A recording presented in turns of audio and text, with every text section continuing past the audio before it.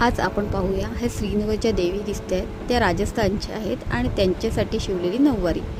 माझ्या एका कस्टमरने मला सांगितलं की तुम्ही जे नऊवारी शिवतायत ते मला माझ्या देवीसाठी शिवून पाहिजे आहेत आणि ते अर्जंट आहे, तर सुंदर अशी नऊवारी म्हणजे देवीसाठी तुम्ही शिवून द्या। त्यानंतर मी त्यांना माझा काही व्हिडिओ पाठवला आणि तो त्यांना आवडला की ठीक आहे मला अशाच पद्धतीने नऊवारी द्या। मग त्या पद्धतीने मी त्यांना नऊवारी शिवून दिली। पहिले तुम्ही बघितलं असेल की मी गौरीच्या साडी कशी शिवलेली आहे, त्याच पद्धतीने ही साडी मी देवीसाठी शिवलेली आहे।